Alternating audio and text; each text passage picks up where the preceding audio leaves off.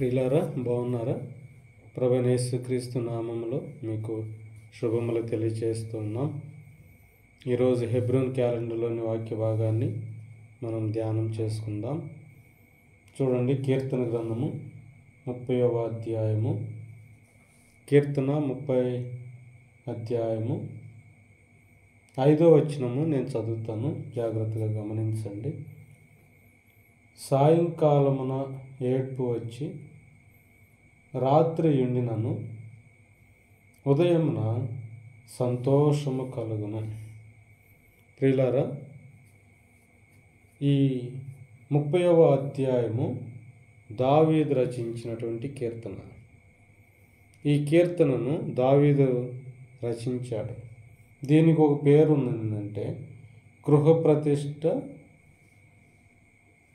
గానము, గృహప్రతిష్ఠాపన గానము.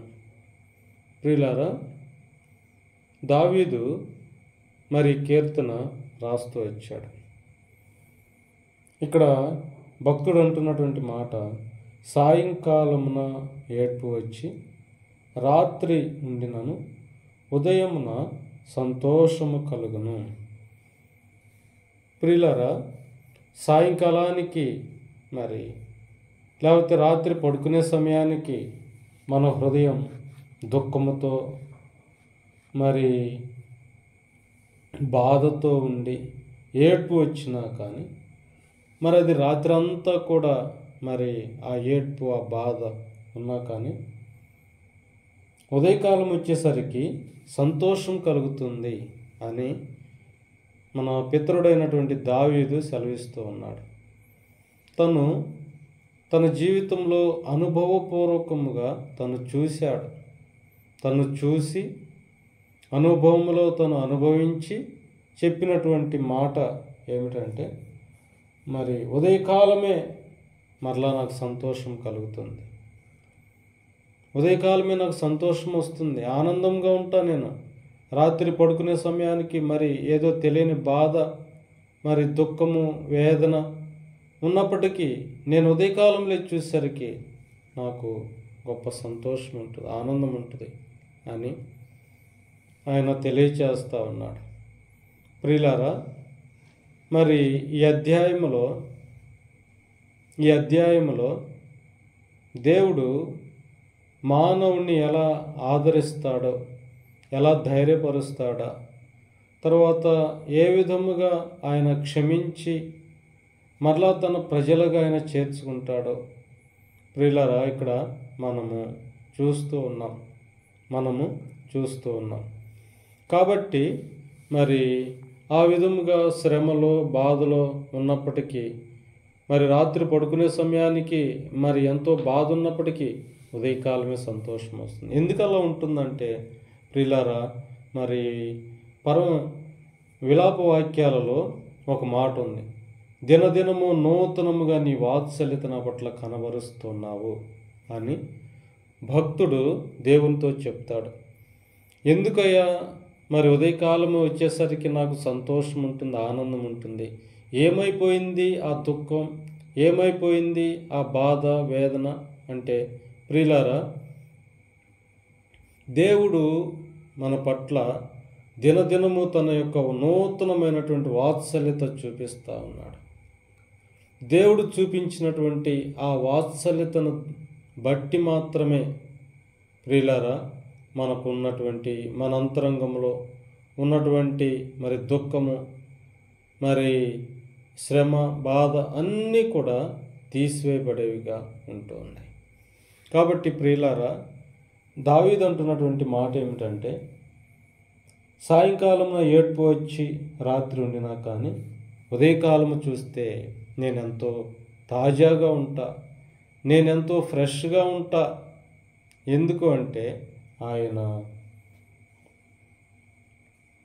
ఆయన తన యొక్క నూతనమైనటువంటి వాత్సల్యత నా పట్ల కనబరుస్తూ ఉన్నాడు అని ఆయన చెప్తూ ఉన్నాడు. ప్రియులారా, మరి ఈ కష్టము, ఈ బాధ, ఈ వేదన మరి భక్తుడైనటువంటి దావీదుకి ఎందుకు వచ్చింది అంటే 6వ వచనములో, నేనెన్నడూ కదలనని నా క్షేమకాలమున అనుకొంటిని. ప్రియులారా, దావీదు అనుకున్నాడంట తనకు కలిగినటువంటి క్షేమం, అన్ని క్షేమకరమైనటువంటి దినాలు తను కలిగి ఉండి మరి అటువంటి సంతోషం ఆనందముతో ఆయన ఉన్నటువంటి సమయంలో ప్రియులారా ఆయన అనుకున్నాడంట, తన హృదయంలో అనుకున్నాడంట. ఏమనుకున్నాడు? నేనెన్నడూ కదలను అతిశయిస్తూ వచ్చాడు. ప్రియులారా, తన జీవితంలో తాను అతిశయిస్తూ వచ్చాడు. తనకున్నటువంటి స్థిరత్వాన్ని బట్టి, తనకున్నటువంటి ప్రియులారా మరి ఆ రాజ్యాన్ని బట్టి, ఆ సింహాసనాన్ని బట్టి ఆయన అంతా చూసుకొని ఆయన అనుకున్నాడు.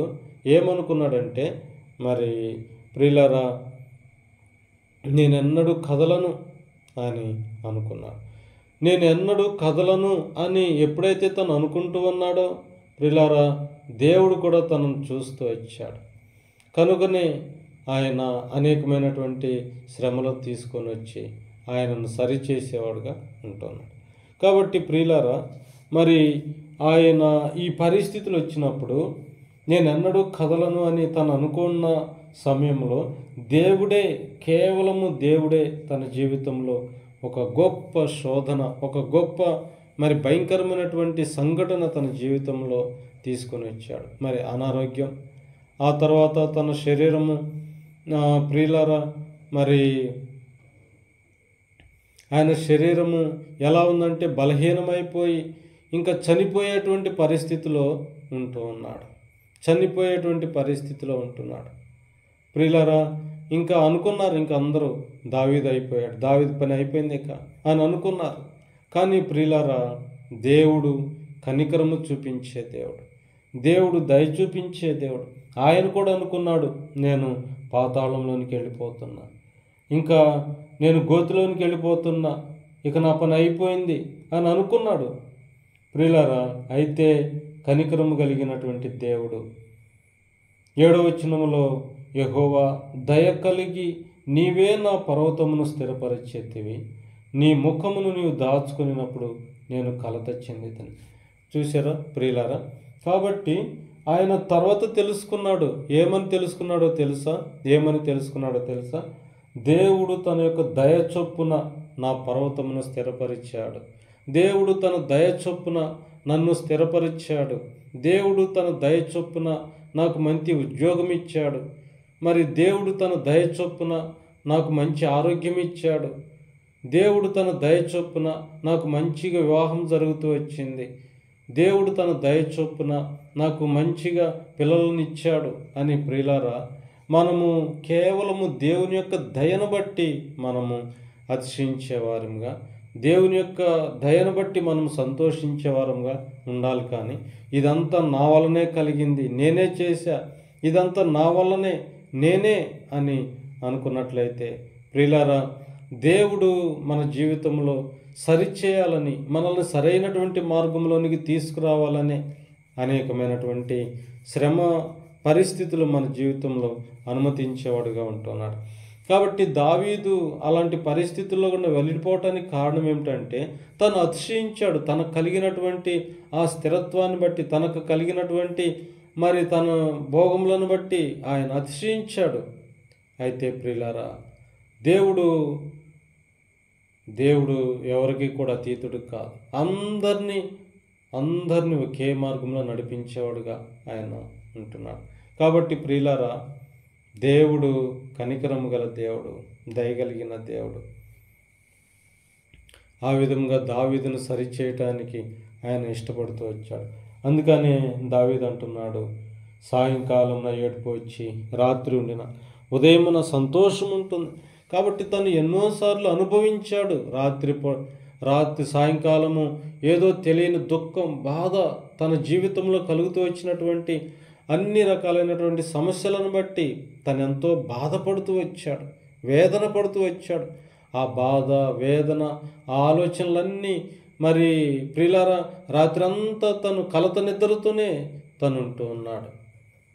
అయితే ప్రియులారా, ఉదయకాలం లేచిన అంటని దేవుడు తన విశేషమైనటువంటి దయ తన పట్ల చూపిస్తూ వచ్చాడు. ప్రియులారా, ఆ విధంగా ఉదయకాలం లేచే సమయానికి గొప్ప సంతోషం, ఆనందం, తాజాదనం తన హృదయంలో కలుగుతూ వచ్చింది. దానిని బట్టి ప్రభువును స్తుతిస్తున్నాడు, దానిని బట్టి ప్రభువును ఆరాధిస్తూ ఉన్నాడు. కాబట్టి ప్రియమైన సహోదరుడా, సహోదరి, మన జీవితంలో కూడా మరి ఎన్ని రకాల సమస్యలతో, ఇరుకుల ఇబ్బందులతో ప్రియమైన సహోదరుడా, సహోదరి నువ్వు వెళుతున్నావో తెలియదు, కానీ దేవుడు నిన్ను కనికరించి, దేవుడు నీ పట్ల దయ చూపించి ఈ పరిస్థితులు నీ జీవితంలో అనుమతించాడు. కాబట్టి వాటిని బట్టి మనం సణిగి గుణిగి ఉండకూడదు, కానీ ప్రభువును ప్రభునందు సంతోషించాలి, ప్రభువును మరి స్తుతించాలి, ఆరాధించాలి. ప్రియులారా, ఆ విధంగా మనం చేస్తూ వచ్చినప్పుడు దేవుడు మన ఎడల కూడా తన విశేషమైనటువంటి దయ చూపించి ఆయన మనల్ని కూడా ఆదరించి ధైర్యపరిచేవాడుగా ఉంటున్నాడు. ప్రియులారా, ఆ విధంగా మరి దేవుడు మనకు సహాయం చేసి మనల్ని ఆత్మీయంగా మరి ఆ విధంగా నడిపించను గాక. ప్రార్థన చేసుకుందాం. ప్రియమైన తండ్రి, మీకు వందనములు, స్తోత్రాలు చెల్లిస్తూ ఉన్నాం. యేసయ్యా, నీ వాక్యమును మరి చదివి ధ్యానించుకోవడానికి మీరు ఇచ్చిన కృపను బట్టి మీకు స్తోత్రాలు. యేసు ప్రభువా, మా పితరుడు దావీదు తన జీవితంలో తను కలిగి ఉన్నటువంటి మరి వేదన, బాధను బట్టి మరి ప్రభువా అయ్యా, సాయంకాలం మరి బాధపడుతూ వేదన పడుతూ ఉంటే అదంతా రాత్రున్న తెల్లారిపాటికి మరి ఏమవుందో తెలియదు, తెల్లారిపాటికి సంతోషం, ఆనందం, నెమ్మది తన జీవితంలో అనుగ్రహిస్తూ వచ్చావు ప్రభువా. ఆ విధంగా మీరు చేశారు కాబట్టే నాయన తను అన్ని దినాలు, అన్ని సంవత్సరాలు తను ప్రభువా రాజ్యం చేయగలుగుతూ వచ్చాడు. యేసయ్యా, మీకు వందనములు. మా జీవితాల్లో కూడా నాయన మేము కూడా అనేక సార్లు ప్రభువా మరి కష్టంలో, శ్రమలో, నాయన బాధలో నాయన మేము ఉంటున్నాం. మమ్మల్ని కూడా మీరు ఆదరించి ధైర్యపరుస్తూ ఇచ్చారు యేసయ్యా. అందుకే మీకు వందనాలు నాయన. మరి ఎవరు ఇలాంటి పరిస్థితుల్లో వెళుతున్నారో అయ్యా నాయన, మా ప్రియులు వారిని జ్ఞాపకం చేసుకోండి, మీరే ఆదరించండి, ధైర్యపరచండి, ఓదార్చండి ప్రభువా. ఆ కష్టంలో, ఆ శ్రమలో, ఆ బాధలో మీరే ఆదరించి ధైర్యపరచండి ప్రభువా. దేవా, సహాయం చేయండి. వందనములు, స్తోత్రాలు, కృతజ్ఞతాస్తుతులు చెల్లిస్తున్నాం అయా. మరి ప్రార్థనాంశాలు ఉన్నటువంటి బిడ్డలు అయా జ్ఞాపకం చేసుకోండి నాయన. వారి అక్కర కొలది, అవసరత కొలది వారికి సహాయం చేసి మీరే మహిమ పొందండి. ఆశ్చర్యమైనటువంటి మీ కార్యమును జరిగించండి, అద్భుతమైనటువంటి మీ కార్యమును జరిగించండి. పగలంతా మీ కాపుదల భద్రతలో ఉంచండి ప్రభా, సహాయం చేయండి. వందనములు, స్తోత్రాలు, కృతజ్ఞతాస్తుతులు చెల్లిస్తూ యేసు ప్రభు నామం పేరిట, ఘనమైన నామం పేరిట స్తుతించి ప్రార్థించి అడిగి వేడుకుంటున్నాం తండ్రి. ఆమేన్.